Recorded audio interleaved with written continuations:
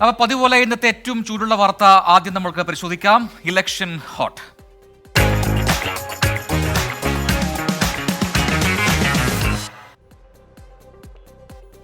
തെരഞ്ഞെടുപ്പ് പ്രഖ്യാപിക്കുന്നതിന് ഏറെക്കാലം മുൻപ് തന്നെ തുടങ്ങിയതാണ് സമസ്തയുടെ നിലപാടിനെ കുറിച്ചുള്ള ചർച്ചകൾ.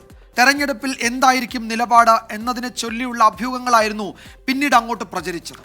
സമസ്ത മുഖപത്രം കത്തിച്ചതോടെ ഉയർന്ന പുതിയ വിവാദത്തിന് പിന്നാലെ വലിയൊരു തുറന്നുപറച്ചിലാണ് സമസ്ത നേതൃത്വം ഇന്ന് നടത്തിയിരിക്കുന്നത്. മുസ്ലിം ലീഗുമായി ഭിന്നതയുണ്ടെന്ന് തുറന്നു പറയുകയാണ് ഉമർ ഫൈസി മുക്കം, സമസ്തയുടെ സെക്രട്ടറി.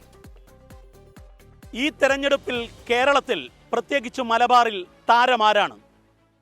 ഉത്തരം വ്യക്തമാണിപ്പോൾ. അത് സമസ്തയാണ്. സമസ്ത UDF-നെയും ലീഗിനെയും അക്ഷരാർത്ഥത്തിൽ വിറപ്പിച്ചു തുടങ്ങിയിരിക്കുന്നു. പൗരത്വ നിയമ ഭേദഗതി, ഏക സിവിൽ കോഡ്, പിന്നെ പലസ്തീൻ ഐക്യദാർഢ്യം, ഇതു മൂന്നിലും CPIM-മായി വേദി പങ്കിട്ടപ്പോൾ തന്നെ സമസ്ത ചില വേറിട്ട സൂചനകൾ നൽകിയിരുന്നു. പൊന്നാനിയിൽ സമസ്തയുടെ സജീവ പ്രവർത്തകനായ മുൻ മുസ്ലിം ലീഗ് നേതാവ് KS ഹംസ LDF സ്ഥാനാർത്ഥിയായതോടെ വിവാദങ്ങൾ കൂടുതൽ കൊഴുത്തു. അപ്പോഴെല്ലാം സമസ്ത ഒപ്പമുണ്ടെന്നാണ് ലീഗ് നേതാക്കൾ ഓരോരുത്തരും ആവർത്തിച്ചുകൊണ്ടേയിരുന്നത്. ആ ആത്മവിശ്വാസം തകർക്കുന്നതാണ് ഉമർ ഫൈസി മുക്കത്തിന്റെ ഇന്നത്തെ പ്രതികരണം. ഇതൊക്കെ മുസ്ലിം ലീഗിലെ 75-80% വരുന്ന സമസ്തക്കാർ, സുന്നികൾ, എല്ലാവർക്കും അറിയാം. അവർക്ക് വിഷമുണ്ടാക്കുന്ന സംഗതിയല്ലേ. ആത്മീയ മേഖലയാണല്ലോ അതിൻ്റെ പ്രചോദനം. ഇസ്ലാം എന്ന് പറയുന്നത് അത് മുസ്ലിം സംഘടനയാണ്, ഇതും മുസ്ലിം സംഘടന. അപ്പോൾ ഇസ്ലാമിൻ്റെ അഡ്രസ്സ് വെച്ച് പ്രവർത്തിക്കുമ്പോൾ ഇസ്ലാമിൻ്റെ മതകാര്യങ്ങൾക്ക് പ്രാധാന്യം കൊടുക്കണ്ടേ? മതം കൈകാര്യം ചെയ്യേണ്ടത് പണ്ഡിതന്മാരാണ്, പ്രവാചകന്മാരുടെ അനന്തരാമികൾ എന്ന് പറയുന്ന പണ്ഡിതന്മാർ. അതിന് വ്യത്യസ്തമായിക്കൊണ്ട് ഇങ്ങനെ പ്രവർത്തിക്കുമ്പോൾ ഇതിൻ്റെ അണികളിൽപ്പെട്ട ആൾക്കാർക്ക് വെറുപ്പുണ്ടാവുമല്ലോ. ആ വെറുപ്പ് ഇവർ സൂക്ഷിക്കുന്നില്ല. അത് കണ്ടുകൊണ്ടതിന് പരിഹാരം കാണുന്നില്ല എന്നുള്ളതാണ് ഇന്നത്തെ സാഹചര്യത്തിൽ നിങ്ങളൊക്കെ പറയുന്ന, മാധ്യമക്കാരൊക്കെ പറയുന്ന ഈ ഭിന്നിപ്പിൻ്റെ. ഞങ്ങളോട് ചോദിച്ചാൽ ഞങ്ങൾ ഭിന്നിപ്പൊന്നുമില്ല എന്ന് പറയും, മുസ്ലിമിനോട് ചോദിച്ചാൽ മുസ്ലിം ഇല്ല എന്ന് പറയും. പക്ഷെ എന്തൊക്കെ ഉണ്ടല്ലോ. ലീഗുമായി ഭിന്നതയുണ്ടെന്ന് തുറന്നടിച്ച ഉമർ ഫൈസി മുക്കം ശക്തമായി എണ്ണിപ്പറഞ്ഞ ഓരോ കാര്യങ്ങളും മുസ്ലിം ലീഗിനെ പ്രതിക്കൂട്ടിലാക്കുന്നുണ്ട്. ലീഗ് നേതാക്കളിൽ ചിലർ സമസ്തക്കെതിരെ പ്രവർത്തിക്കുന്നു. പൂക്കോയ തങ്ങൾ മുതൽ ഹൈദരലി തങ്ങൾ വരെയുള്ളവരുടെ കാലത്തെ പോലെ മതപരമായ കാര്യങ്ങളിലെ സമസ്ത തീരുമാനം ഇപ്പോൾ ലീഗ് വകവെക്കുന്നില്ല. ലീഗ് ജനറൽ സെക്രട്ടറി സമസ്തയെ ആക്രമിക്കുന്നത് പതിവാകുകയാണ്. സമസ്തയുടെ 80% അണികൾക്കും ലീഗിനോട് വിയോജിപ്പുണ്ട്. മുസ്ലിം ലീഗിലെ 75-80% വരുന്ന സമസ്തക്കാർ, സുന്നികൾ, എല്ലാവർക്കും അറിയാം. അവർക്ക് വിഷമുണ്ടാക്കുന്ന സംഗതിയല്ലേ. ആത്മീയ മേഖലയാണല്ലോ അതിൻ്റെ പ്രചോദനം. ഇസ്ലാം എന്ന് പറയുന്നത് അത് മുസ്ലിം സംഘടനയാണ്, ഇതും മുസ്ലിം സംഘടന. അപ്പോൾ ഇസ്ലാമിൻ്റെ അഡ്രസ്സ് വെച്ച് പ്രവർത്തിക്കുമ്പോൾ ഇസ്ലാമിൻ്റെ മതകാര്യങ്ങൾക്ക് പ്രാധാന്യം കൊടുക്കണ്ടേ? മതം കൈകാര്യം ചെയ്യേണ്ടത് പണ്ഡിതന്മാരാണ്, പ്രവാചകന്മാരുടെ അനന്തരാമികൾ എന്ന് പറയുന്ന പണ്ഡിതന്മാർ. അതിന് വ്യത്യസ്തമായിക്കൊണ്ട് ഇങ്ങനെ പ്രവർത്തിക്കുമ്പോൾ ഇതിൻ്റെ അണികളിൽപ്പെട്ട ആൾക്കാർക്ക് വെറുപ്പുണ്ടാവുമല്ലോ. ലീഗ് തിരുത്താൻ തയ്യാറാകണമെന്ന് പറയുന്ന ഉമർ ഫൈസി മുക്കം ഉള്ളത് പറയുന്നവരെ സഖാക്കളായി ചിത്രീകരിക്കാനുള്ള ശ്രമമാണ് നടക്കുന്നതെന്നും തുറന്നടിക്കുകയാണ്. നേരത്തെ തന്നെ സുപ്രഭാതം പത്രത്തിലെ മുഖപ്രസംഗങ്ങളിൽ പലകുറി കോൺഗ്രസും UDF-ഉം വിമർശിക്കപ്പെട്ടിരുന്നു. തിരുത്തൽ നടപടിക്ക് ലീഗിൽ നിന്നും കോൺഗ്രസിൽ നിന്നും ആവശ്യമുയർന്നെങ്കിലും അതും കാര്യമായി പരിഗണിക്കപ്പെട്ടില്ല. ഒരു കാര്യം വ്യക്തമാണ്, UDF-ന് പൊതുവിൽ പ്രത്യേകിച്ച് മുസ്ലിം ലീഗിന് മുന്നിലൊരു പ്രതിസന്ധി സൃഷ്ടിക്കുക എന്നത് തന്നെയാണ് സമസ്ത ലക്ഷ്യമിടുന്നത്. സമസ്ത സെക്രട്ടറി ഉമർ ഫൈസി മുക്കം ലീഗുമായി ഭിന്നതയുണ്ടെന്ന് ഉറപ്പിച്ചു പറയുന്നതും ലീഗു നേതാക്കൾ സമസ്തയ്ക്കെതിരെ പ്രവർത്തിക്കുന്നുണ്ടു എന്ന് പറയുന്നതും തെരഞ്ഞെടുപ്പ് പടിവാതിക്കൽ എത്തുമ്പോഴാണ്. അതുകൊണ്ട് തന്നെ ലക്ഷ്യം തിരഞ്ഞെടുപ്പ് രാഷ്ട്രീയം തന്നെയാണ്. ദീപക് ധർമ്മടം, 24. വിജയകുമാർ, നമ്മൾ ഇന്നലെ പറഞ്ഞു തന്നെയാണ് അല്ലേ? കാരണം ഒരുപക്ഷെ ഇത്തവണത്തെ ഒരു നിർണായകമായി ആകാവുന്ന കാര്യം എന്ന് പറയുന്നത് ന്യൂനപക്ഷ വോട്ടുകളാണ്, പ്രത്യേകിച്ച് മുസ്ലിം ന്യൂനപക്ഷ വോട്ടുകൾ. മലപ്പുറത്തും പൊന്നാനിയിലും ഒക്കെ തന്നെ പോലും അത് കാണാമെന്നാണ് പറഞ്ഞു. അതെ, അപ്പോൾ ഇന്നിപ്പോൾ ഈ കാര്യത്തിൽ സമസ്ത ഒരു നിലപാട് വ്യക്തമാക്കുന്നു. ഇന്നലെ പത്രം കത്തിച്ച വിവാദം, അതിന് പിന്നാലെ ഇങ്ങനെ കൂടി പറയുമ്പോൾ എന്തായിരിക്കും ഇനി തെരഞ്ഞെടുപ്പിലെ ഒരു റിഫ്ലക്ഷൻ എന്നത് കൗതുകമാണ്. ഏതായാലും CPM കേന്ദ്രങ്ങളെ, ഇടതുമുന്നണിയെ കുറച്ച് സന്തോഷിപ്പിക്കുന്നതായിരിക്കാം ഈ പ്രതികരണങ്ങൾ. ഭിന്നതയുണ്ട് എന്ന് ഇതാദ്യമായാണ് സമസ്ത നേതൃത്വത്തിലെ വളരെ പ്രധാനപ്പെട്ട ഒരാൾ തുറന്നു പറയുന്നത്. അത് തന്നെയല്ല, അത് ആശയപരമായ ഭിന്നതയുണ്ട് വിയോജിപ്പുണ്ട് എന്നുകൂടി അദ്ദേഹം വ്യക്തമാക്കുന്നുണ്ട് നമുക്ക് തന്ന ഈ അഭിമുഖത്തിൽ അല്ലേ. അപ്പോഴത് ആ മട്ടിൽ ചർച്ചയാകുന്നുണ്ട്. പ്രത്യേകിച്ച് വടക്കൻ കേരളത്തിലെ മണ്ഡലങ്ങളിൽ അത് വലിയ ചർച്ചയ്ക്ക് വഴിവെച്ചേക്കും. ഒരുപക്ഷെ എനിക്ക് തോന്നുന്നു ലീഗ് നേതാക്കൾ കാര്യമായ രീതിയിൽ ഗൗരവമായി ഇതിനോട് പ്രതികരിക്കാൻ സാധ്യത കുറവാണ്. പ്രതികരണം വേണ്ട എന്ന് വയ്ക്കുകയായിരിക്കും അവർ ചെയ്യുക. അല്ല, അതിനപ്പുറത്തേക്ക് എന്തെങ്കിലും ലീഗ് ജനറൽ സെക്രട്ടറി ഈ വിഷയത്തിൽ പലപ്പോഴും പ്രതികരിച്ചിട്ടുള്ളതാണ്. അദ്ദേഹത്തിന്റെ മറുപടി ഉണ്ടാകുമോ എന്നാണ് നമുക്കറിയേണ്ടത്. ഒരുപക്ഷെ അടുത്ത മണിക്കൂറുകളിൽ അല്ലെങ്കിൽ അടുത്ത ദിവസമൊക്കെ നമുക്കത് പ്രതീക്ഷിക്കാം. പ്രചാരണം അവസാനിക്കുന്ന ഘട്ടമാകുമ്പോഴേക്കും അത് കുറെ കൂടി കടുത്ത ആ മട്ടിൽ കൂടുതൽ പ്രതികരണങ്ങൾ ആലോചിക്കുമല്ലോ. അതെ, ഉറപ്പായി. അപ്പോൾ നമ്മൾ അടുത്ത സെഗ്മെന്റിലേക്ക് പോകുന്നു, കണ്ടതും കേട്ടതും.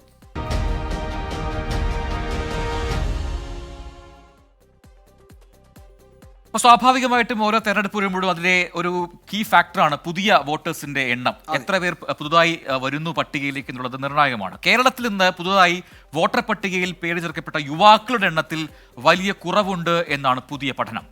2019 അപേക്ഷിച്ച് 18-നും 39-നും ഇടയിലുള്ള 6 ലക്ഷം വോട്ടർമാരുടെ കുറവാണ് ഇത്തവണയുള്ളത്.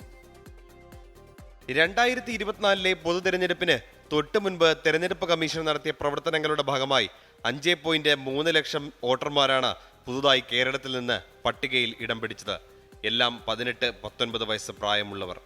പുതുതായി ചേർന്നവരുടെ എണ്ണം കൂടുന്നുവെന്ന ആശ്വാസത്തിലിരിക്കുമ്പോഴാണ് പഴയ കണക്ക് കൂടി തുറന്നു വായിക്കേണ്ടത്. 2019 ഇത് 5.49 ലക്ഷമായിരുന്നു.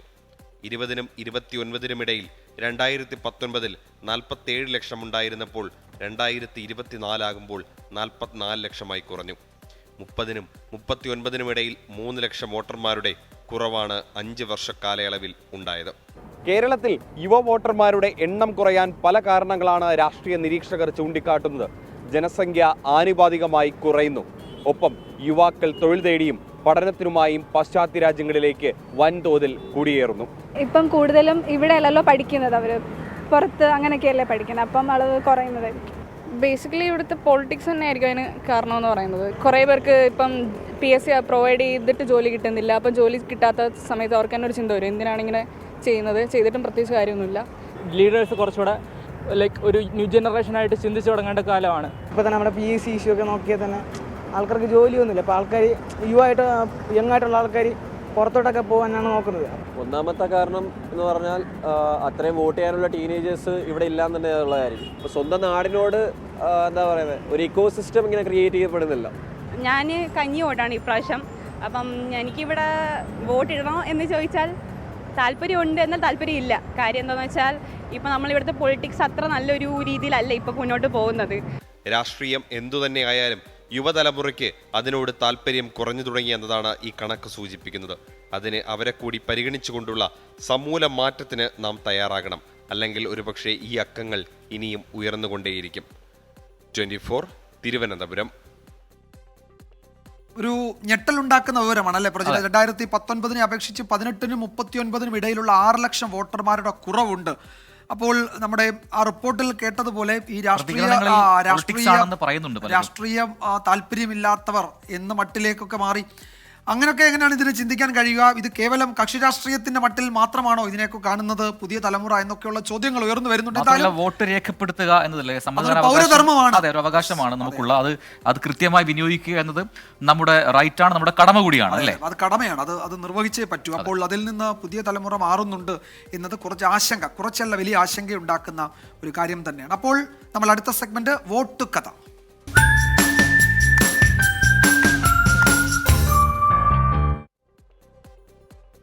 നമ്മളെ ചിന്തിപ്പിക്കുന്ന മറ്റൊരു റിപ്പോർട്ടിലേക്കാണ് നമ്മൾ ഇനി പോകുന്നത്. നമുക്കറിയാം, തമിഴ്നാട്ടിൽ വോട്ടെടുപ്പ് പൂർത്തിയായി കഴിഞ്ഞു. പക്ഷേ അവിടുത്തെ പോളിംഗ് ബൂത്തുകളിൽ നിന്നുള്ള ചില കാഴ്ചകളിലേക്കാണ് ഇനി പ്രേക്ഷകരുടെ ശ്രദ്ധ ക്ഷണിക്കുന്നത്. വോട്ടെടുപ്പിന്റെ കോലാഹലങ്ങൾ എല്ലാം ഒഴിഞ്ഞ സ്വന്തം ക്ലാസ് മുറികളിലേക്ക് എത്തിയ കുട്ടികൾ പക്ഷേ കണ്ടത് അത്ര നല്ല കാഴ്ചകളായിരുന്നില്ല തമിഴ്നാട്ടിൽ. കഴിച്ച് ബാക്കിയാക്കിയ ഭക്ഷണ സാധനങ്ങളും നോട്ടീസുകളും ഒക്കെയാണ് ക്ലാസ് മുറികളിലെത്തിയ കുട്ടികളെ സ്വീകരിച്ചത്. ഇതോടെ മുതിർന്ന പൗരന്മാരുടെ ഈ പൗരബോധത്തെ കുട്ടി പൗരന്മാർ ചോദ്യം ചെയ്തു. ആ വീഡിയോ കാണാം നമുക്ക്.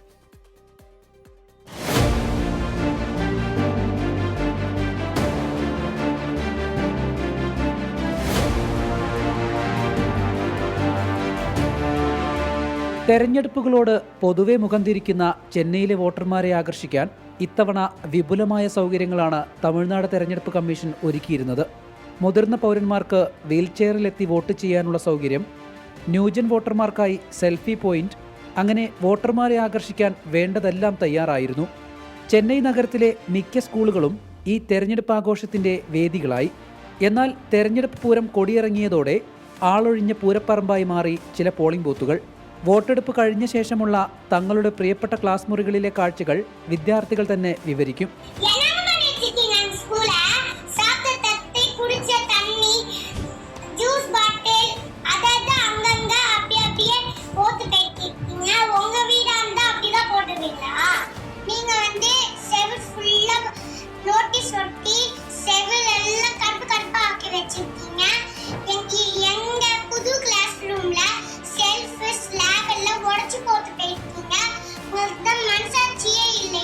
തെരഞ്ഞെടുപ്പ് കമ്മീഷൻ ഇത്രയേറെ സൗകര്യങ്ങൾ ഒരുക്കിയിട്ടും പതിവ് പോലെ ചെന്നൈയിലെ വോട്ടർമാർ തെരഞ്ഞെടുപ്പ് അവഗണിച്ച് അവധി ആഘോഷിക്കാൻ പോയതാണ് ഏറെ കൗതുകകരം.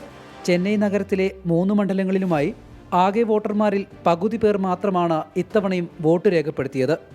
തെരഞ്ഞെടുപ്പ് ദിവസം മറീന ബീച്ചിലുണ്ടായിരുന്ന ആൾക്കൂട്ടത്തിന്റെ പകുതിയെങ്കിലും പോളിംഗ് ബൂത്തിലെത്തിയിരുന്നെങ്കിൽ ചെന്നൈയിലെ പോളിംഗ് ശതമാനം ഇതിലും ഉയർന്നേനെ.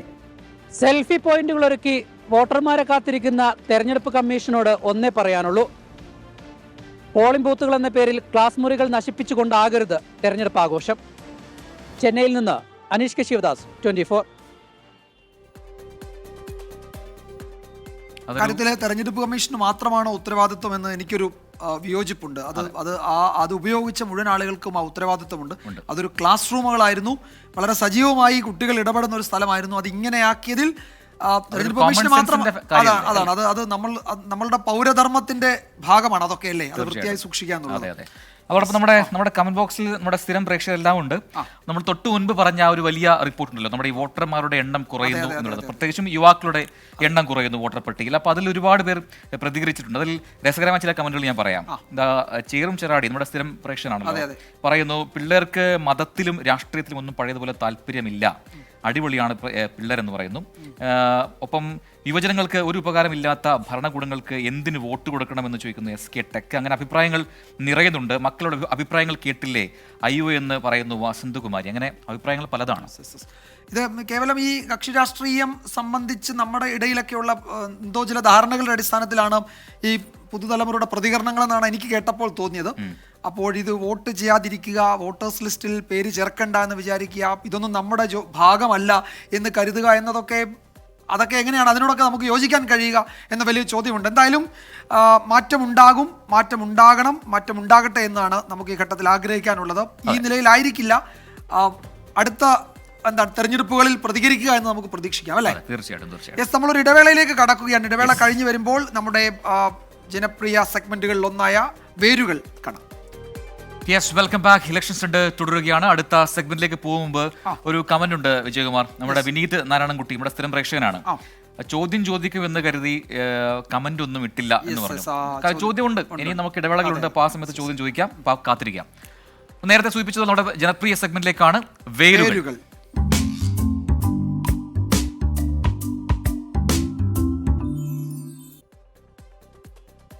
CPM നേതാക്കളിൽ ഇന്ന് ഏറ്റവും പ്രവർത്തന പാരമ്പര്യമുള്ളയാൾ VS അച്യുതാനന്ദൻ തന്നെയാണ്. പ്രവർത്തന പരിചയത്തിൽ മാത്രമല്ല, പാർട്ടിയുമായി ബന്ധപ്പെട്ട വിവാദങ്ങളിലും മുൻപിൽ VS തന്നെ. വിവാദങ്ങളുടെ പേരിൽ ഒരു ഡസനോളം തവണ VS നടപടിയും നേരിട്ടിട്ടുണ്ട്. VSുമായി ബന്ധപ്പെട്ട വിവാദങ്ങളുടെ തുടക്കം ഇന്ത്യൻ സൈന്യത്തിന് രക്തവും പണവും നൽകിയതിനെ കുറിച്ച് ചൊല്ലി 1965-ലായിരുന്നു.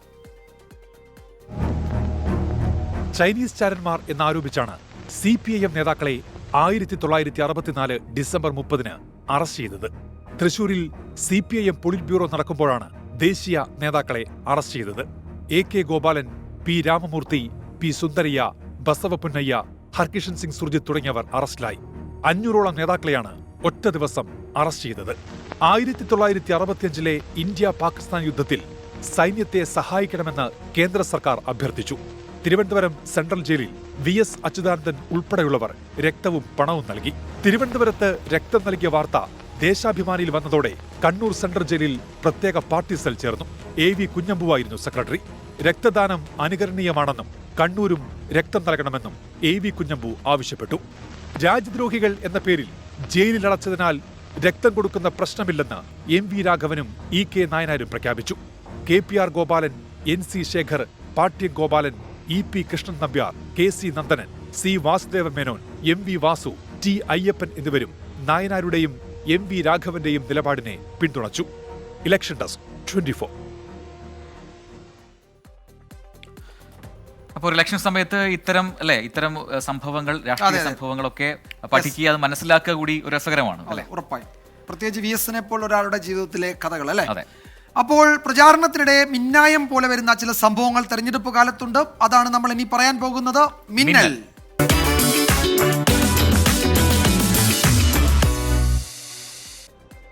അപ്പോൾ കേവലം ദിവസങ്ങൾ മാത്രമാണ് പരസ്യ പ്രചാരണം അവസാനിക്കാൻ ബാക്കിയുള്ളത്. അങ്ങനെ ആളും ആരവുമായി പ്രചാരണം കൊഴുപ്പിക്കുകയാണ് പ്രധാന മുന്നണികളെല്ലാം. ഇതിനിടെ ഒറ്റയ്ക്ക് പ്രചാരണം നടത്തുന്ന ചില സ്ഥാനാർത്ഥികളെ കൂടി നമുക്ക് പരിചയപ്പെടാം. കണ്ണൂർ മണ്ഡലത്തിൽ ഒറ്റയ്ക്ക് പ്രചാരണം നടത്തുകയാണ് മട്ടന്നൂർ സ്വദേശിയായ നാരായണകുമാർ.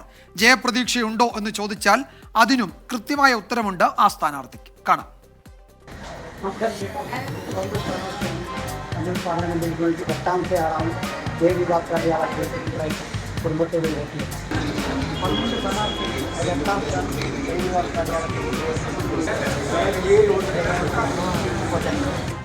കണ്ണൂർ പാർലമെന്റ് മണ്ഡലത്തിലെ സ്വതന്ത്ര സ്ഥാനാർത്ഥിയാണ് മട്ടന്നൂർ സ്വദേശിയായ നാരായണകുമാർ.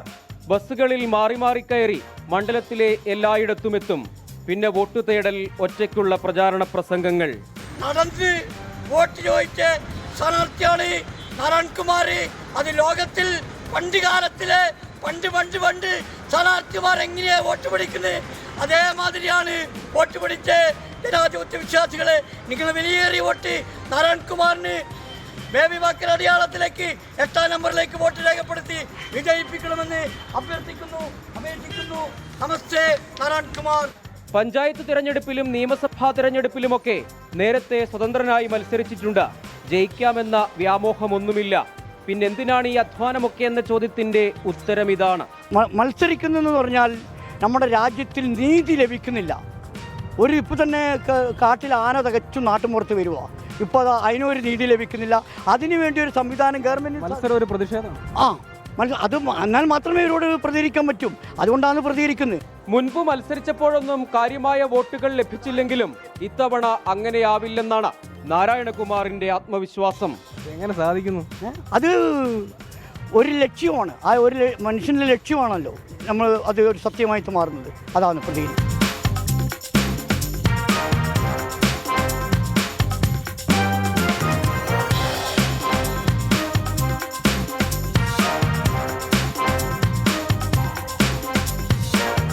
മിഥുൻ ചാത്തോത്തിനൊപ്പം സജോ ദേവസ്യാം, 24 കണ്ണൂർ. അപ്പോൾ മട്ടന്നൂർ സ്വദേശി നാരായണകുമാറിന് എത്ര വോട്ടുണ്ടാകുമെന്ന് നമുക്ക് വോട്ടെണ്ണൽ ദിവസം നോക്കണം.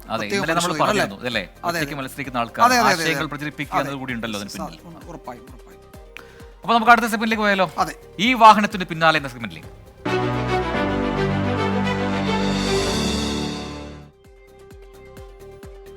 നമ്മൾ കണ്ണൂർ കണ്ട കാഴ്ച അതിന്റെ വേറൊരു തരത്തിലുള്ള ആവർത്തനമാണ് തിരുവനന്തപുരത്ത് മത്സരിക്കുന്നവരിൽ ഇത്തവണ വേറിട്ട ഒരാളുണ്ട്. ഓൺലൈൻ ഭക്ഷണ വിതരണ കമ്പനി ജീവനക്കാരനായ പേരൂർക്കട സ്വദേശി ജെന്നിഫർ ജെ റസലാണ് ഈ സ്ഥാനാർത്ഥി. കഴിഞ്ഞ ലോക്സഭാ തെരഞ്ഞെടുപ്പിൽ ബംഗളൂരു സെൻട്രലിൽ നിന്ന് മത്സരിച്ച റസൽ ഇത്തവണ സ്വന്തം നാട്ടിലാണ് പത്രിക നൽകിയിരിക്കുന്നത്.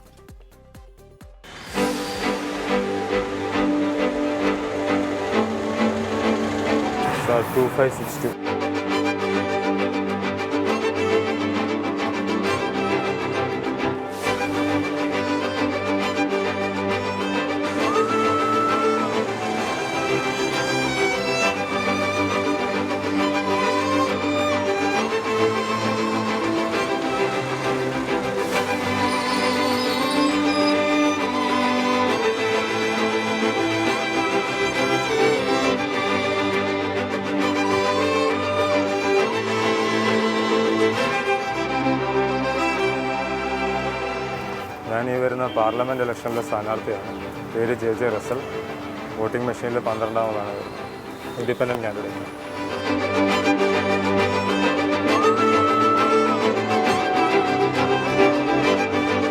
തിരുവനന്തപുരം ലോക്സഭാ മണ്ഡലത്തിലെ സ്വതന്ത്ര സ്ഥാനാർത്ഥി JJ Russell, Jennifer J Russell. ഇത് അദ്ദേഹത്തിൻ്റെ പോക്കറ്റ് നോട്ടീസാണ്. ഇതിൽ അദ്ദേഹത്തിൻ്റെ ചിഹ്നമുണ്ട്. അദ്ദേഹത്തിന് ഈ മണ്ഡലത്തിൽ വലിയ പ്രചാരണ കോലാഹലം ഒന്നുമില്ല. അദ്ദേഹത്തിൻ്റെ കൂറ്റൻ ഫ്ലെക്സുകളില്ല, കട്ടൗട്ടുകളില്ല, പ്രചാരണ പോസ്റ്ററുകളില്ല, ബോർഡുകളില്ല, ചുവരെഴുത്തില്ല, ഒന്നുമില്ല. പകരം ഈ പോക്കറ്റ് നോട്ടീസ് മാത്രം. കോവിഡ് കാലം മുതൽ JJ റസൽ തലസ്ഥാന നഗരത്തിൽ ഭക്ഷണപ്പൊതിയും കൊണ്ടിങ്ങനെ യാത്ര ചെയ്യുന്നുണ്ട്. അതിനു മുമ്പോ ഞാൻ ടെലികോം എഞ്ചിനീയറായിട്ട് 15 വർഷത്തിലധികം വർക്ക് ചെയ്തായിരുന്നു.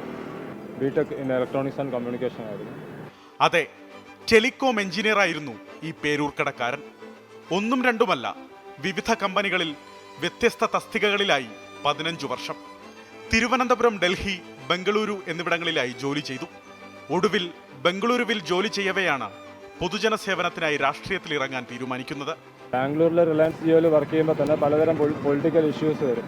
ഇപ്പോൾ ചില സമയത്ത് ന്യായം നമ്മുടെ തന്നെ ഭാഗത്തായിരിക്കും. നമ്മൾ പോലീസ് സ്റ്റേഷനിൽ പോകും, BBMP ഓഫീസിൽ പോകും. നമ്മൾ ഓൾറെഡി അതിൻ്റെ ലൈസൻസ് ഫീസ് എല്ലാം കൊടുത്തിട്ടുണ്ടാവും. എന്നാലും ചില ഇഷ്യൂസ് വന്നിട്ട് പൊളിറ്റീഷ്യൻസിൻ്റെ പ്രഷർ വരും. ചിലപ്പോൾ ചീഫ് മിനിസ്റ്ററിൻ്റെ ഓഫീസിൽ നിന്ന് കോൾ വന്നിട്ട് പണി സ്റ്റോപ്പ് ചെയ്യേണ്ടി വരും. അപ്പോൾ അങ്ങനെയുള്ള പല കാര്യങ്ങൾ വന്നപ്പോൾ ഞാനൊരു പഞ്ചായത്ത് മെമ്പറായിട്ട് നിന്നുകൊണ്ട് കാര്യമില്ല എന്ന് എനിക്ക് തോന്നി. കാരണം എനിക്ക് ഫൈറ്റ് ചെയ്യുകയാണെന്നുണ്ടെങ്കിൽ ഏറ്റവും ടോപ്പ് ലെവലിൽ നിന്ന് ഫൈറ്റ് ചെയ്ത് നോക്കണം. അങ്ങനെ ഒരു ശ്രമം തുടങ്ങിയത്. കഴിഞ്ഞ ലോക്സഭാ തെരഞ്ഞെടുപ്പിൽ ബാംഗ്ലൂർ സെൻട്രലിൽ നിന്ന് സ്വതന്ത്ര സ്ഥാനാർത്ഥിയായി ജനവിധി തേടി 571 വോട്ട് നേടി. ജനാധിപത്യത്തിൽ 571 വോട്ടെന്നത് ഒരു ചെറിയ സംഖ്യയല്ല എന്ന ഉത്തമ ബോധ്യമുള്ളതുകൊണ്ട് പാർലമെന്റിൽ എത്തും വരെ തെരഞ്ഞെടുപ്പിൽ മത്സരിക്കാൻ തീരുമാനിച്ചു. അങ്ങനെ ഇപ്പോൾ തിരുവനന്തപുരത്തും സ്ഥാനാർത്ഥിയായി. കഴിഞ്ഞ തവണ നോട്ടയ്ക്കു കിട്ടിയ 4000-ഓളം വോട്ടിലധികം എന്നതായിരുന്നു ആദ്യം ലക്ഷ്യമിട്ടത്. വിജയപ്രതീക്ഷയല്ല, കാരണം 3 പേര് നല്ല ധാരാളം സമ്പത്തുള്ളവരാണ്, പണം പാർട്ടികൾക്കുണ്ട്. അപ്പം ഞാനൊരു 4-ആമനോ 5-ആമനോ ആകാൻ ശ്രമിക്കുന്നുണ്ട്. ആദ്യമൊക്കെ ആൾക്കാർ ചോദിക്കുമ്പം ഈ ഒരു 5000 വോട്ട് ഫോക്കസ് ടാർഗറ്റ് ചെയ്താണ് ഞാൻ ഇറങ്ങി എന്നാണ് പറഞ്ഞുകൊണ്ടിരുന്നത്. പക്ഷേ ഇപ്പോൾ എനിക്ക് കിട്ടുന്ന പ്രോത്സാഹനം അതല്ല. എല്ലാവരും പറയുന്നത് നീ 5000 ഒന്നും ഫോക്കസ് ചെയ്യണ്ട, നീ ജയിക്കാനായി ഫോക്കസ് ചെയ്യും. നീ ചിലപ്പോൾ 4-ആമനാവും, ചിലപ്പോൾ 6-ആമനാവും, 7-ആമനായാലും ഒരു അച്ചീവ്മെൻ്റാണ്. ബാക്കിയുണ്ടായിരുന്ന കുറച്ച് സമ്പാദ്യവും ലോണുമൊക്കെ സംഘടിപ്പിച്ചാണ് തെരഞ്ഞെടുപ്പിനെ നേരിടുന്നത്.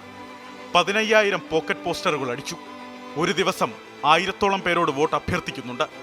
ഈ ഡിജിറ്റൽ കാലത്ത് തെരഞ്ഞെടുപ്പിൽ മത്സരിക്കാൻ കോടികൾ വേണമെന്ന പൊതുബോധമാണ് ആദ്യം മാറേണ്ടതെന്ന് JJ റസൽ. പണ്ട് കാലങ്ങളിൽ ആൾക്കാർ വോട്ട് ചോദിക്കാനെങ്കിലും വരും, അത് കഴിഞ്ഞിട്ട് വോട്ട് വാങ്ങിച്ച് പോവും, പിന്നെ കാറിൽ പാഞ്ഞ് നടക്കുന്നു. പിന്നെ ഇപ്പോഴത്തെ ഇലക്ഷൻ വന്നപ്പോൾ വോട്ട് ചോദിക്കാനും ആരെയും കാണുന്നില്ല. ജസ്റ്റ് കൈ കാണിച്ച് ചില ജംഗ്ഷനുകളിലൂടെ മാത്രം പോകുന്നുള്ളൂ. ആരും വന്ന് നേരിട്ട് പോലും സംസാരിക്കുന്നില്ല. എന്തുകൊണ്ട് രാഷ്ട്രീയക്കാർ അത് ചെയ്യുന്നില്ല? Good evening madam. ഞാൻ ഈ വരുന്ന പാർലമെൻറ്റ് ഇലക്ഷനിലെ കാൻഡിഡേറ്റ് ആണ്. പേര് JJ റസൽ എന്നാണ്, ഇൻഡിപെൻഡൻറ്റ് കാൻഡിഡേറ്റ് ആണ്. നമസ്കാരം മാഡം. പാർലമെൻറ്റ് ഇലക്ഷനിലെ സ്ഥാനാർത്ഥിയാണ്. JJ റസൽ എന്നാണ് പേര്, ഇൻഡിപെൻഡൻറ്റ് കാൻഡിഡേറ്റ് ആണ്.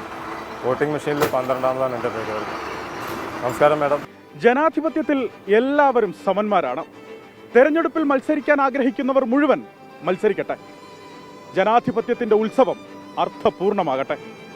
അഭിലാഷ് തൊഴുവൻകൂടിനും യദുവിനുമൊപ്പം അലക്സ് റാം മുഹമ്മദ്, 24 തിരുവനന്തപുരം. അങ്ങനെ ജെന്നിഫർ JJ റസൽ അദ്ദേഹം സ്വതന്ത്ര സ്ഥാനാർത്ഥിയായി മത്സരിക്കുന്നു. അദ്ദേഹം പറഞ്ഞത് ഒരു 5000 വോട്ട് ലക്ഷ്യം വെച്ചാണ് ഇറങ്ങിയത്. പക്ഷേ അദ്ദേഹത്തിൻ്റെ സുഹൃത്തുക്കൾ അങ്ങനെ ടാർഗറ്റ് വേണ്ട, കുറച്ചുകൂടി മുന്നോട്ട് പോട്ടെ എന്നാണ് അദ്ദേഹത്തോട് പറഞ്ഞത്. അപ്പോൾ അദ്ദേഹം ഒരു നല്ല പോരാട്ടം നടത്താൻ ആഗ്രഹിക്കുന്നു. കഴിഞ്ഞ ബംഗളൂരു സെൻട്രൽ 500 വോട്ടിൽ കൂടുതൽ അദ്ദേഹത്തിന് കിട്ടുകയും ചെയ്തു. മലയാളിയായിരുന്ന അദ്ദേഹം അവിടെ മത്സരിച്ചപ്പോൾ ഇലക്ട്രോണിക്സ് എഞ്ചിനീയർ ആയിരുന്നു എന്നും പറയുന്നു. അതെ. അപ്പോൾ ഒരു ഭാഗത്ത് ഈ യുവജനങ്ങളിൽ ഒരു ഭാഗം തെരഞ്ഞെടുപ്പ് രാഷ്ട്രീയത്തിൽ നിന്നൊക്കെ മാറി നിൽക്കുന്നു വെച്ചാൽ വോട്ടേഴ്സ് ലിസ്റ്റ് പേര് ചേർക്കുന്നില്ല. മറ്റു ചിലർ മത്സരിക്കുന്നു. അവരുടെ ഇതിലോടുള്ള ഈ ജനാധിപത്യത്തെ ഉത്സവത്തിന്റെ ഭാഗമെന്നോ അങ്ങനെയും ചില നല്ല കാഴ്ചകളും നമ്മൾ കാണുന്നുണ്ട്. യെസ്, അപ്പോൾ നമുക്കൊരു ഇടവേളയിലേക്ക് പോകണം. ഇടവേള കഴിഞ്ഞു വരുമ്പോൾ ചില പൊളപ്പൻ സംഭവങ്ങളും കാഴ്ചകളൊക്കെ ഉണ്ട്. അപ്പോൾ അതിനു മുമ്പ് ചോദ്യം നേരത്തെ നമ്മൾ പറഞ്ഞിരുന്നല്ലോ അല്ലെ? അപ്പൊ നമ്മളെപ്പോഴും ഈ ഇലക്ഷൻ വരുമ്പോൾ ഈ വലിയ ഭൂരിപക്ഷത്തെ കുറിച്ച് പറയാറുണ്ട്. റെക്കോർഡ് ഭൂരിപക്ഷം, ആരാണ് ജയിക്കുക. അപ്പൊ കഴിഞ്ഞ തവണ തന്നെ ഇപ്പോൾ രാഹുൽ ഗാന്ധി വലിയ ഭൂരിപക്ഷത്തിൽ വയനാട്ടിൽ ജയിച്ചു. അപ്പൊ അങ്ങനെയൊക്കെ പറയുമ്പോൾ ഏറ്റവും കുഞ്ഞൻ ഭൂരിപക്ഷത്തെ കുറിച്ച് പലപ്പോഴും പറയാറില്ല. അപ്പൊ ഞാൻ 2 പേരുകൾ പറയാം. അതിലൊന്ന് കൊന്നാത്തല രാമകൃഷ്ണ, കോൺഗ്രസ് നേതാവാണ്. അനകപ്പള്ളി എന്ന് പറയുന്ന ലോക്സഭാ മണ്ഡലത്തിൽ ആന്ധ്രാപ്രദേശിലെ 1989 ജയിച്ചയാളാണ്. അതെ. 1998 മറ്റൊരാൾ സാം മറാൻഡി, BJP നേതാവാണ്.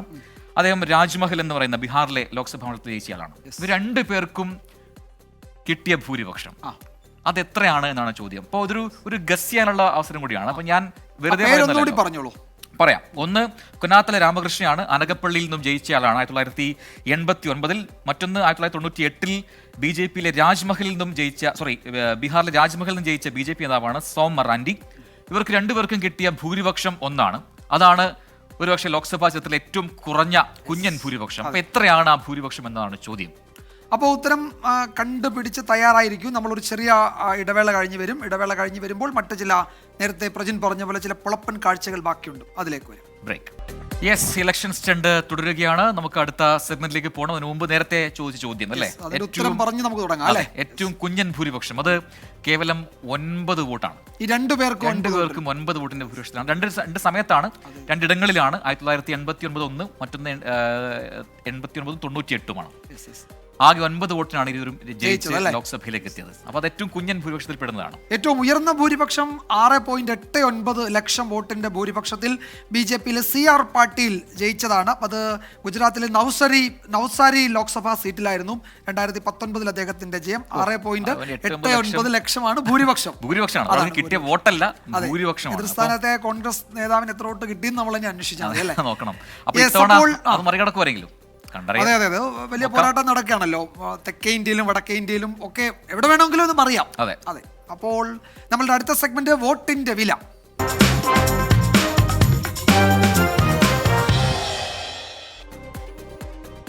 വോട്ട് ചെയ്യുന്നവരുടെ എണ്ണം കൂട്ടാൻ രാഷ്ട്രീയ പാർട്ടികൾക്ക് മാത്രമാണോ താല്പര്യം? ആണോ? അത് അങ്ങനെയല്ല എന്ന് തെളിയിക്കുകയാണ് ബംഗളൂരുവിൽ വോട്ട് ചെയ്ത ശേഷം മഷി പുരട്ടിയ കൈവിരൽ കാണിച്ചാൽ ഭക്ഷണവും ജ്യൂസും സൗജന്യമായി നൽകുമെന്നാണ് പ്രഖ്യാപനം. ആരുടെ പ്രഖ്യാപനം അത്? കാണാം.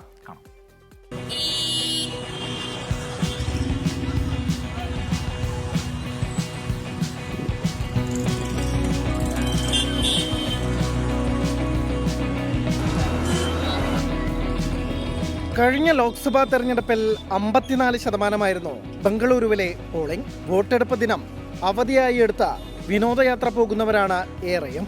ഈ പ്രവണത മാറ്റാനാണ് ഹോട്ടൽ ഉടമകളുടെ അസാധാരണ offer. We are celebrating the election day. Whoever comes after voting will be given food in many hotels free and few of the hotels with the discount rate. Not only food, coffee, tea, juice, like some items will be given. നഗരത്തിൽ ഇതിനകം ചർച്ചയായ വിഷയത്തെ അനുകൂലിച്ചും എതിർത്തും അഭിപ്രായങ്ങൾ ഉയരുന്നുണ്ട്. Actually, that is not good. That is our vote. You can't sell. You have to put your vote yourself. Not correct. It's luring the public. Basically, voting is my constitutional right, and it's my duty to vote. It's an individual, independent, have their own rights. No, we are not going to expose outside. People to come and vote and increase in count of votes. That will be very nice in this hot summer. കഴിഞ്ഞ തവണ തെരഞ്ഞെടുപ്പ് commission ഈ നിർദ്ദേശത്തെ എതിർത്തപ്പോൾ ഹൈക്കോടതിയിൽ പോയാണ് അനുമതി വാങ്ങിയത്. ഇത്തവണ കമ്മീഷന്റെ അനുമതിയോടെയാണ് ഹോട്ടൽ ഉടമകളുടെ പ്രഖ്യാപനം. 24 ബംഗളൂരു. സൗജന്യമായി ഭക്ഷണം, ജ്യൂസ് ഒക്കെ കിട്ടും. വോട്ട് ചെയ്ത കൈവിരൽ കാട്ടിയാൽ മതി അല്ലേ, മഷി പുരട്ടുക. നല്ല മാതൃകയാണ് അല്ലേ, എന്താണ് പിന്നിൽ എന്നുള്ളതിലും. അതെ അതെ അതെ, ശരി. അപ്പോൾ നമ്മൾ അടുത്ത സെഗ്മെന്റിലേക്ക് കടന്നാലോ. തിരശ്ശീല.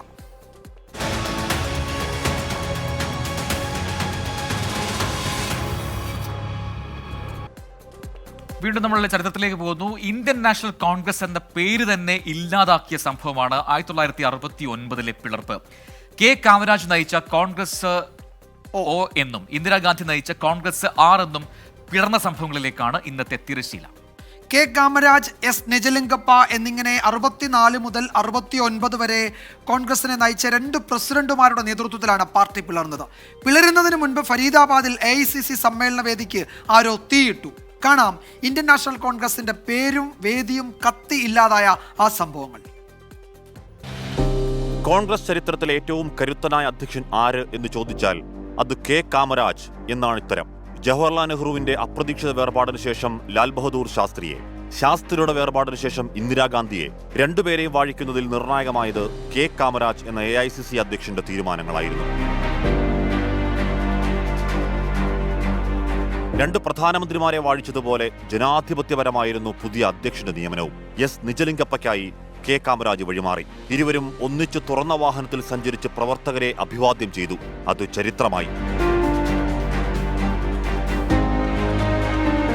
നിജലിംഗപ്പയുടെ കീഴിൽ കോൺഗ്രസ് തുടരുന്നതിനിടെ തന്നെ ഇന്ദിരാഗാന്ധിയുമായി അഭിപ്രായ ഭിന്നതകൾ. കെ കാമരാജും എസ് നിജലിംഗപ്പയും പല കാര്യങ്ങളിലും വിയോജിപ്പ് പരസ്യമാക്കി. ഏറ്റവും സങ്കീർണമായ സമയത്ത് ഫരീദാബാദിൽ AICC യോഗം. നിജലിംഗപ്പയും ഇന്ദിരാഗാന്ധിയും ഇരുന്ന ഈ വേദി 1969 ഏപ്രിൽ 5 ഏതാനും നിമിഷങ്ങൾക്ക് ശേഷമുള്ള കാഴ്ച.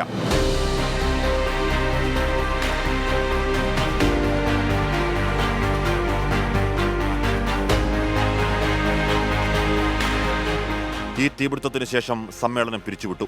ഏറെ കഴിയും മുൻപ് പുതിയ പാർട്ടി പിറന്നു. എസ് നിജലിംഗപ്പ, കെ കാമരാജ്, നീലം സഞ്ജീവ് റെഡ്ഡി, മൊറാർജി ദേശായി എന്നിവർ നയിക്കുന്ന കോൺഗ്രസ് O എന്ന സംഘടനാ കോൺഗ്രസ് ഒരു വശത്ത്, ഇന്ദിരാഗാന്ധി നയിച്ച് കോൺഗ്രസ് R എന്ന റിക്കഷനിസ്റ്റ് മറുവശത്ത്. അഭിപ്രായ കോൺഗ്രസ് എന്ന് പറയാം. കോൺഗ്രസ് R പിന്നീട് കോൺഗ്രസ് I ആയി. സംഘടനാ കോൺഗ്രസ് നേതാക്കൾ ജനതാ പാർട്ടി ഉൾപ്പെടെ പല പാർട്ടികളിൽ പോയി. ചിലർ കോൺഗ്രസിൽ മടങ്ങിയെത്തി. പ്രധാനമന്ത്രി ഉൾപ്പെടെ പങ്കെടുത്ത ഫരീദാബാദ് കോൺഗ്രസ് സമ്മേളന വേദിക്ക് തീപിടിച്ചത് എങ്ങനെയാണ് എന്നത് ഇന്നും ദുരൂഹമായി തുടരുകയാണ്. Election desk 24. വിജയകുമാർ, ഇനി ഒരു കമന്റ് വായിക്കാതെ മുന്നോട്ട് പോകാൻ പറ്റില്ല. കാരണം നമ്മുടെ ദിനേശ് ഹരിപ്പാട് നമ്മുടെ സ്ഥിരം പ്രേക്ഷകനാണല്ലോ, ഒരുപാട് നേരമായിട്ട് ഒരു കമന്റ് ഇങ്ങനെ റിപ്പീറ്റ് ചെയ്ത് അയച്ചുകൊണ്ടിരിക്കുന്നുണ്ട്. അപ്പോൾ അത് രാവിലെ തൊട്ട് അയക്കുകയാണെന്ന് മറ്റു പല പ്രേക്ഷകരും പറയുന്നുമുണ്ട്. അപ്പോൾ അതുകൊണ്ട് വായിക്കണം. ഇപ്പൊ പ്രജിനൻ വിജയേട്ട എന്നാണ് പറയുന്നത്. പക്ഷേ എല്ലാവർക്കുമായിട്ടാണ് ഈ ക്ഷണം, ഒരു ക്ഷണമാണ്. ഹരിപ്പാട് സുബ്രഹ്മണ്യ സ്വാമി ക്ഷേത്രത്തിൽ രാവിലെ 9 മണിക്ക് ഓണാട്ടുകര യുവജന സമിതിയുടെ നേതൃത്വത്തിൽ ഗജവീരന്മാർ അണിനിരക്കുന്ന പകൽപൂരവും ആനയൂട്ടുമുണ്ട്. 24-ലെ എല്ലാവരും വരണേ എന്നാണ്. നാളെയാണ് എന്ന് തോന്നുന്നു, അത് പറഞ്ഞിട്ടില്ല. 9 മണിക്ക് എന്ന് പറയുന്നത്, അപ്പോൾ നാളെ ആയിരിക്കും. അപ്പൊ അത് രാവിലെ തൊട്ട് അയക്കുന്നുണ്ട് കമന്റ് ബോക്സിൽ. ആരും വായിക്കുന്നില്ല. സ്വീകരിച്ചു, അത് വായിച്ചു അല്ലേ? അതെ അതെ അതെ. അപ്പം ഒരുപാട് പേര് അതിനെ പിന്തുണച്ചൊക്കെ കൊണ്ട് വരുന്നുണ്ട് കേട്ടോ ആൾക്കാർ. അപ്പം നമ്മൾ കണ്ടിട്ടുണ്ട്, വായിച്ചിട്ടുണ്ട്. അതിൽ ഒരു പ്രധാനപ്പെട്ട വാർത്ത ഇപ്പോൾ വരുന്നുണ്ട്, നമുക്ക് പെട്ടെന്ന് അതിലേക്ക് പോകണം. തൃശൂർ പൂരവുമായി ബന്ധപ്പെട്ട് പോലീസ് നടപടികൾ വിവാദത്തിലായതോടെ സിറ്റി പോലീസ് കമ്മീഷണർ അങ്കിത് അശോകിനെ സ്ഥലം മാറ്റും. തെരഞ്ഞെടുപ്പ് കമ്മീഷന്റെ അനുവാദത്തോടെ അടിയന്തരമായി നടപടിയെടുക്കാൻ മുഖ്യമന്ത്രി നിർദ്ദേശം നൽകി. തൃശൂർ അസിസ്റ്റന്റ് കമ്മീഷണർ സുദർശനെയും സ്ഥലം മാറ്റും. ഷഫീദ് റാവുത്തർ വിവരങ്ങൾ നൽകും. തിരുവനന്തപുരത്ത് നിന്ന് ഷഫീദ്, വലിയ വിമർശനങ്ങൾ ഉയർന്നിരുന്നു. ദേവസ്വങ്ങൾ കടുത്ത വിയോജിപ്പ് അറിയിച്ച നടപടിയായിരുന്നു ഇത്. തെരഞ്ഞെടുപ്പ് കാലമാണ്, അവിടെ തിരിച്ചടി ഉണ്ടാകും ഇടതുമുന്നണിക്ക് എന്നൊക്കെയുള്ള ചർച്ചകൾ നടക്കുന്നുണ്ട്. എന്താണ് ഇപ്പോഴത്തെ തീരുമാനം? അതിൽ കടുത്ത നടപടിയിലേക്ക് പോവുകയാണോ ആഭ്യന്തര വകുപ്പ്? വിജയകുമാർ, കടുത്ത നടപടിയിലേക്ക് ആഭ്യന്തര വകുപ്പ് കടന്നു എന്നുള്ളതാണ് ഇപ്പോൾ പുറത്തു വന്നിരിക്കുന്ന ഈ വിവരം എന്ന് പറയുന്നത്. ഈ പോലീസിന്റെ അനാവശ്യ നിയന്ത്രണങ്ങളാണ് തൃശൂർ പൂരം പ്രതിസന്ധിയിലാക്കിയെന്ന വിമർശനം ശക്തമാകുന്നതിനിടെ ആനകൾക്ക് പട്ട കൊണ്ടുവരുന്നവരെയും കുടമാറ്റത്തിന് കുട കൊണ്ടുവരുന്നവരെയും പോലീസ് തടയുന്ന ദൃശ്യങ്ങൾ പുറത്തു വന്നിരുന്നു. മാത്രവുമല്ല, മന്ത്രി കെ രാജൻ അടക്കമുള്ള ആളുകൾ മുഖ്യമന്ത്രിയെ ടെലിഫോണിൽ വിളിച്ചതുമായി ബന്ധപ്പെട്ടുണ്ടായ കാര്യങ്ങളിൽ അതൃപ്തി, അതല്ലെങ്കിൽ അതുമായി ബന്ധപ്പെട്ടുണ്ടായ കാര്യങ്ങളിലെ വീഴ്ച അടക്കമുള്ള കാര്യങ്ങൾ ധരിപ്പിക്കുകയും ചെയ്തു. മുഖ്യമന്ത്രി തന്നെ ഇക്കാര്യത്തിൽ ഈ വിഷയം ഗൗരവമേറിയതെന്ന് പറയുന്ന ഒരു സാഹചര്യം ഉണ്ടായി. സംഭവിച്ച കാര്യങ്ങളിൽ അന്വേഷണം നടത്തി റിപ്പോർട്ട് നൽകാൻ സംസ്ഥാന പോലീസ് മേധാവിയോട് മുഖ്യമന്ത്രി ആവശ്യപ്പെടുകയും ചെയ്തിരുന്നു. പിന്നാലെയാണ് തൃശൂർ പോലീസ് കമ്മീഷണറായിട്ടുള്ള അങ്കിത് അശോക്, അസിസ്റ്റന്റ് കമ്മീഷണർ സുദർശൻ എന്നിവരെ തെരഞ്ഞെടുപ്പ് കമ്മീഷന്റെ അനുവാദത്തോടുകൂടി അടിയന്തരമായി സ്ഥലം മാറ്റാൻ മുഖ്യമന്ത്രി ഇപ്പോൾ നിർദ്ദേശം നൽകിയിട്ടുള്ളത്. സംസ്ഥാന പോലീസ് മേധാവി ഒരാഴ്ചയ്ക്കകം അന്വേഷിച്ച റിപ്പോർട്ട് നൽകാനും സംസ്ഥാന പോലീസ് മേധാവിക്ക് മുഖ്യമന്ത്രി പിണറായി വിജയൻ നിർദ്ദേശം നൽകിയിട്ടുണ്ട്. ഇക്കാര്യത്തിൽ വലിയ രാഷ്ട്രീയ വിവാദമായതിനു പിന്നാലെ ഇതുമായി ബന്ധപ്പെട്ട പലതരത്തിലുള്ള പ്രതികരണങ്ങൾ പുറത്തു വന്നിരുന്നു. ഈ തൃശൂർ പൂരത്തിന് ആചാരങ്ങൾ അറിയാത്ത പോലീസുകാർ ഡ്യൂട്ടിക്ക് എത്തുന്നതാണ് പ്രശ്നങ്ങൾക്ക് കാരണമെന്ന് തൃശൂരിലെ LDF സ്ഥാനാർത്ഥി VS സുനിൽകുമാർ തന്നെ പറഞ്ഞിരുന്നു. മാത്രമല്ല, വരും കാലങ്ങളിൽ അനുഭവ സമ്പത്തുള്ള ഉദ്യോഗസ്ഥരെ ഡ്യൂട്ടിക്ക് ചുമതലപ്പെടുത്തുമെന്നും പൂരത്തിന് പ്രത്യേക NGOകളുടെ നേതൃത്വത്തിൽ പ്രത്യേക ലോബി പ്രവർത്തിക്കുന്നുണ്ടെന്നും മന്ത്രി ആരോപിച്ചു. ഈ ഇലക്ഷൻ ആയിരുന്നു, തെരഞ്ഞെടുപ്പായിരുന്നു, ഇക്കാര്യത്തിൽ ഏതെങ്കിലും തരത്തിൽ നടപടികൾ എടുക്കാനടക്കമുള്ള കാര്യങ്ങളിൽ സർക്കാരിന് ഒരു പ്രതിസന്ധിയായി ഇരുന്നത്. പക്ഷേ സാധാരണഗതിയിൽ 2 മണിക്കും 3 മണിക്കും ഒക്കെ നടക്കേണ്ട വെടിക്കെട്ട് പിറ്റേ ദിവസം രാവിലെ 7:30 നടന്നത്. അതിന്റെ പൊലിമ ഒട്ടും ഉണ്ടായിരുന്നില്ല. തന്നെയുമല്ല, അന്ന് തലേന്ന് പൂര ദിവസവും അവിടെ എന്തൊക്കെയോ കശപിശ പോലീസുമായി ഉണ്ടായി എന്ന് ദേവസ്വം ഭാരവാഹികളൊക്കെ പറയുന്നുണ്ടായിരുന്നു. അപ്പോൾ ഇതിൽ പ്രഥമ ദൃഷ്ടിയ അല്ലെ പ്രാഥമികമായി പോലീസിന് വീഴ്ച പറ്റി എന്ന് ആഭ്യന്തര വകുപ്പ് വിലയിരുത്തുന്നുണ്ടോ? അതുകൊണ്ടാണോ ഈ സ്ഥലം മാറ്റം എന്നതിലേക്ക് പോകുന്നത്? ഒരു അന്വേഷണം നടത്തുന്നതിന് മുമ്പ് തന്നെ നടപടി എന്നാണല്ലോ നമ്മൾ കാണുന്നത് ഇപ്പോൾ. വിജയകുമാർ, ഇക്കാര്യത്തിൽ അതായത് തെരഞ്ഞെടുപ്പ് അവസരത്തിൽ തൃശൂർ പൂരം നടത്തിപ്പുമായി ബന്ധപ്പെട്ട ഉണ്ടായിരിക്കുന്ന വീഴ്ചകൾ, പോലീസിന്റെ ഭാഗത്തു നിന്നുണ്ടായിരിക്കുന്ന വീഴ്ചകൾ സർക്കാരിന് ചെറിയ തലവേദനയല്ല ഉണ്ടായിരിക്കുന്നത്. രാഷ്ട്രീയമായി പോലും സർക്കാരിന് വലിയ തലവേദനയായി മാറുകയും പ്രതിസന്ധി ഉണ്ടാക്കുകയും ചെയ്തു. കൂടാതെ എടുത്തു പറയേണ്ട മറ്റൊരു കാര്യം, ഇക്കാര്യത്തിൽ ഈ തൃശൂരിലെ ഇടതുമുന്നണി സ്ഥാനാർത്ഥി, അതേപോലെ തന്നെ മന്ത്രി, തൃശൂരിന്റെ ചുമതലയുള്ള മന്ത്രി കെ രാജൻ ഉൾപ്പെടെ ആളുകൾ ഇതിനോടകം തന്നെ സർക്കാരിനെ വിയോജിപ്പ് മുഖ്യമന്ത്രി, ആഭ്യന്തര വകുപ്പിന്റെ ചുമതലയുള്ള മുഖ്യമന്ത്രിയെ ആ വിയോജിപ്പ് അറിയിച്ചിട്ടുണ്ട്. കൂടാതെ വലിയ തരത്തിൽ രാഷ്ട്രീയ ചർച്ചയാകുന്നുണ്ട്. തെരഞ്ഞെടുപ്പ് കാലത്ത് രാഷ്ട്രീയമായ ഒരു ആയുധമായി ഉപയോഗിക്കുകയും ചെയ്തിട്ടുണ്ട്. ഈ സാഹചര്യത്തിൽ കൂടിയാണ് തെരഞ്ഞെടുപ്പ് കമ്മീഷനെ ചില പരിമിതികളടക്കമുള്ള ഒരു സാഹചര്യത്തിലും സർക്കാരിന്റെ ഭാഗത്ത് നിന്ന് അടിയന്തരമായ ഒരു നീക്കം ഉണ്ടായിരിക്കുന്നത്. കൂടാതെ ഈ പൂരം പ്രതിസന്ധിയിൽ ഇനി പോലീസ് പെരുമാറേണ്ട രീതി എന്നത് സംബന്ധിച്ചൊരു പക്ഷേ സംസ്ഥാന പോലീസ് മേധാവിയുടെ റിപ്പോർട്ടിന് ശേഷം ഒരു സ്റ്റാൻഡർഡൈസ്ഡ് രൂപം അതുമായി ബന്ധപ്പെട്ട് ഉണ്ടാകുമെന്നുള്ള കാര്യത്തിൽ തർക്കമില്ല. കാരണം ഈ തൃശൂർ പൂരത്തെ കുറിച്ച് അറിയാത്ത പോലീസ് ഉദ്യോഗസ്ഥർ വരുന്നത് നേരത്തെയും ചില പ്രതിസന്ധികൾ ഉണ്ടാക്കിയിട്ടുണ്ടെന്ന് ദേവസ്വം ബോർഡുകൾ പറയുന്നുണ്ട്. ഇതടക്കമുള്ള കാര്യങ്ങൾ സർക്കാർ ഗൗരവമായി പരിഗണിക്കുന്നുണ്ട്. വിജയകുമാർ. ശരി, എന്തായാലും അതിലൊരു നടപടി നേരിട്ടുണ്ടാവുന്നു എന്നുള്ളതാണ്. ഒരുപാട് പരാതികൾക്കും ആക്ഷേപങ്ങൾക്കും ഇടയാക്കിയ സംഭവമാണ് ഇത്തവണ തൃശ്ശൂർ പൂരത്തിൽ ഉണ്ടായത്. അതിലിപ്പോൾ പോലീസിന്റെ തലപ്പത്ത് നിന്നുള്ളൊരു മാറ്റമാണ് ഇപ്പോൾ നമ്മൾ കണ്ടത്. കമ്മീഷണർ അങ്കിത് അശോകിനെയാണ് സ്ഥലം മാറ്റി അല്ലെങ്കിൽ മാറ്റുമെന്ന വാർത്ത ഇപ്പോൾ പുറത്തു വരുന്നത്. അസിസ്റ്റന്റ് കമ്മീഷണർ സുദർശനെയും സ്ഥലം മാറ്റും. തെരഞ്ഞെടുപ്പ് കമ്മീഷന്റെ അനുമതിയോടെ ആയിരിക്കും ഈ നടപടി എന്നാണ് ഷഫീദ് റാവുത്ത് റിപ്പോർട്ട് ചെയ്യുന്നത്. തിരുവനന്തപുരത്ത് നിന്ന് ആഭ്യന്തര വകുപ്പ് വളരെ ഗൗരവത്തോടെ ഈ പരാതികളിൽ ഇടപെടുന്നു, അല്ലെങ്കിൽ പ്രഥമ ദൃഷ്ടി അവിടെ പോലീസിന് വീഴ്ച പറ്റി എന്ന വാദം സർക്കാർ ശരിവെക്കുന്നു എന്നുകൂടി വേണം ഈ ഘട്ടത്തിൽ വിലയിരുത്താൻ. അപ്പോൾ നമ്മളൊരു ഇടവേളയിലേക്ക് കടക്കുകയാണ്. ഇടവേള കഴിഞ്ഞ് വരുമ്പോൾ ആന്ധ്രാപ്രദേശിൽ നിന്നുള്ള ചില തെരഞ്ഞെടുപ്പ് കാഴ്ചകൾ കാണാം. അതിലേക്ക് പോകുന്നതിന് മുൻപ് ചോദ്യമുണ്ട്. നമ്മൾ നേരത്തെ ഏറ്റവും കുഞ്ഞൻ ഭൂരിപക്ഷത്തെ കുറിച്ച് പറഞ്ഞില്ലേ? നമ്മൾ പുറത്തുള്ള കാര്യമാണ് പറഞ്ഞത്, ആന്ധ്രാപ്രദേശിലും ബീഹാറിലൊക്കെ കാര്യം, അല്ലെങ്കിൽ രാജ്യത്തിന്റെ മൊത്തം ഒരു ചിത്രം പറഞ്ഞു.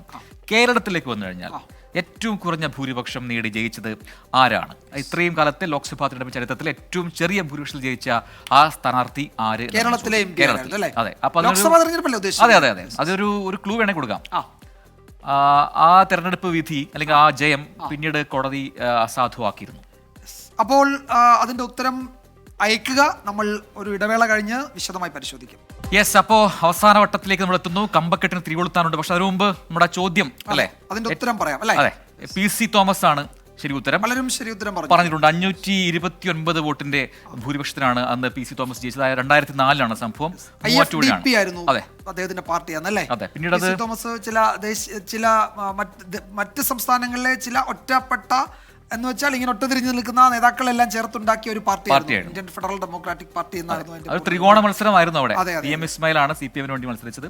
മറ്റൊന്ന് ജോസ് കെ മണിയാണ് KC. അതായത് പിന്നീട് ഈ തെരഞ്ഞെടുപ്പ് മതചിഹ്നങ്ങൾ ഉപയോഗിച്ച് തെരഞ്ഞെടുപ്പിൽ ജയിച്ചു എന്ന പേരിൽ സുപ്രീം കോടതിയിൽ കേസെത്തി. അത് ആ തെരഞ്ഞെടുപ്പ് അസാധുവാകുന്നു അല്ലെ? അങ്ങനെയൊക്കെ വിധി വന്നത് ഇതിന്റെ കാലാവധി കഴിഞ്ഞ ശേഷമാണ്. അപ്പോഴത്തേക്ക് അതുകൊണ്ട് PM ഇസ്മായിൽ വിജയ് പ്രഖ്യാപിച്ചെങ്കിലും അദ്ദേഹത്തിന് MP ആയി ലോക്സഭയിലേക്ക് പോകാൻ സാധിച്ചില്ല എന്നുള്ളതാണ് ചരിത്രം. അതാണ് ആ ചരിത്രം. നമ്മൾ ഇനി അടുത്ത സെഗ്മെന്റിലേക്ക് പോകും. ഇതിന്റെ ഉത്തരം പറഞ്ഞ ആളുടെ പേര് കഴിഞ്ഞതും പ്രജിൻ വിട്ടുപോയി. അതെ, നേരത്തെ വിട്ടുപോയി. അത് 9 എന്ന് പറയുന്ന ഏറ്റവും കുറഞ്ഞ ഭൂരിപക്ഷം. അത് പറഞ്ഞത് ആദ്യം ശരി ഉത്തരം പറഞ്ഞത് ഒരു മിസ്സിസ് CK എന്ന് പറയുന്നൊരു ഐഡിയ ആണ്. Mrs CK. ഇത് PC തോമസ് എന്ന് പറയുന്ന ഉത്തരം ഏറ്റവും ആദ്യം പറഞ്ഞയാള് ഷെരീഫ് പിലാക്കൽ എന്നൊരു പ്രേക്ഷകനാണ്. അവർ രണ്ടുപേരും പൊളിച്ചിട്ടുണ്ട്. അപ്പോൾ നമ്മുടെ പതിവ് കക്ഷിയെ കണ്ടില്ല, ദേവൻ ഇവിടെ ഇന്ന് കണ്ടില്ല. അപ്പോൾ നമ്മൾ അടുത്ത സെഗ്മെന്റിലേക്ക് കടക്കുന്നു. കമ്പക്കെട്ട്.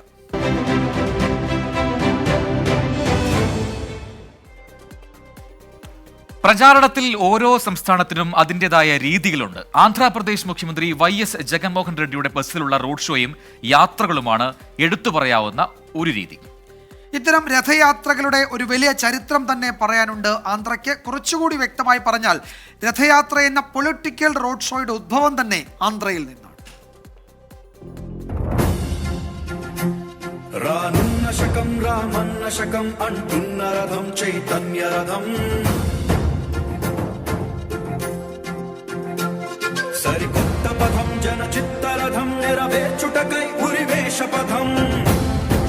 ദൈവവേഷങ്ങളിലൂടെ തെക്കേ ഇന്ത്യയെ ഇളക്കിമറിച്ച NT രാമറാവു എന്ന സൂപ്പർ സ്റ്റാർ തന്റെ വീടിന്റെ മട്ടുപ്പാവിൽ അതേ വേഷത്തിൽ ഇറങ്ങി നിൽക്കും. ആ കാഴ്ച കണ്ട് വണങ്ങി നിൽക്കുന്ന ആയിരങ്ങൾ. ഇത് 1960കളിലെ മദ്രാസിലെ സ്ഥിരം കാഴ്ചയായിരുന്നു. NT രാമറാവു ഹൈദരാബാദിലേക്ക് മാറിയതോടെ തെലുങ്ക് സിനിമയും ഹൈദരാബാദിലേക്ക് കേന്ദ്രീകരിക്കപ്പെട്ടു.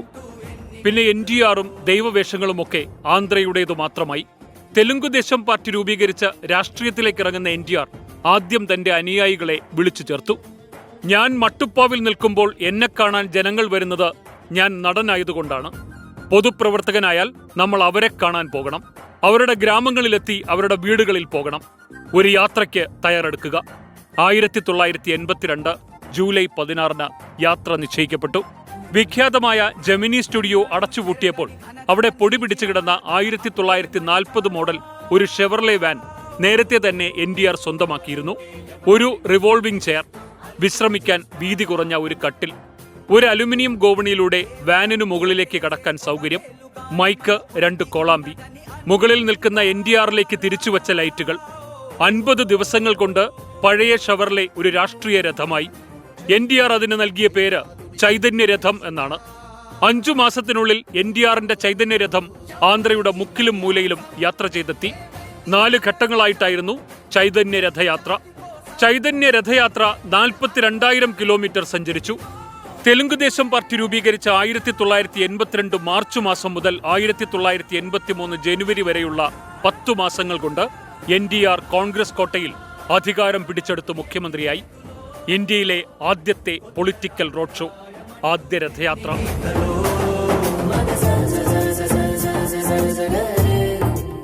മുഖ്യമന്ത്രി ജഗൻമോഹൻ റെഡ്ഡിയുടെ മൾട്ടി ആക്സിൽ AC രഥം ഈ വർഷം ആന്ധ്രയിൽ തരംഗമുയർത്തുമ്പോൾ പഴയ ആ രഥയാത്രയുടെ ചരിത്രം ആവർത്തിക്കാനുള്ള സാധ്യതയ്ക്ക് അത്ര ഉറപ്പില്ല.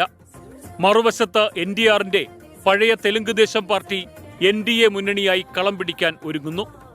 Election desk 24. സത്യത്തിൽ ഈ തെലുങ്കുദേശം പാർട്ടിയും NTRും എന്നത് ഒരു അത്ഭുതമാണ്.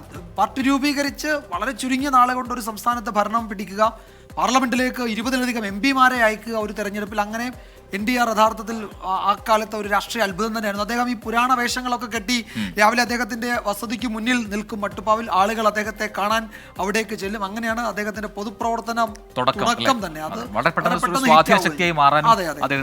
തെലുങ്കുദേശം പാർട്ടി ഇങ്ങനെ വളരെ ശക്തമായി തന്നെ ഉണ്ട്. ഈ തെരഞ്ഞെടുപ്പ് നിർണായകമാണ്, അവർ അധികാരത്തിലേക്ക് വരും എന്നൊക്കെ പ്രവചനങ്ങളുണ്ട്. അപ്പോൾ എന്തായാലും നമുക്ക് നോക്കാം.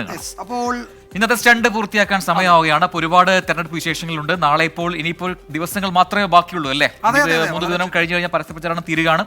അങ്ങനെ കൊട്ടിക്കേറും കൊട്ടിക്കലാശവും ഒക്കെ എങ്ങനെയായിരിക്കും എന്നൊക്കെ നമുക്ക് കാത്തിരുന്ന് കാണാം. അപ്പോൾ ഇന്ന് തൽക്കാലം എത്തുന്നു. നാളെ കുറെ പുതിയ വിശേഷങ്ങളുമായി കാണാം. എൻകൗണ്ടർ ആണ്, ഹാഷ്മി തയ്യാറാണ്. അപ്പോൾ നമുക്ക് നാളെ വീണ്ടും കാണാം. ഗുഡ് നൈറ്റ്, ശുഭരാത്രി.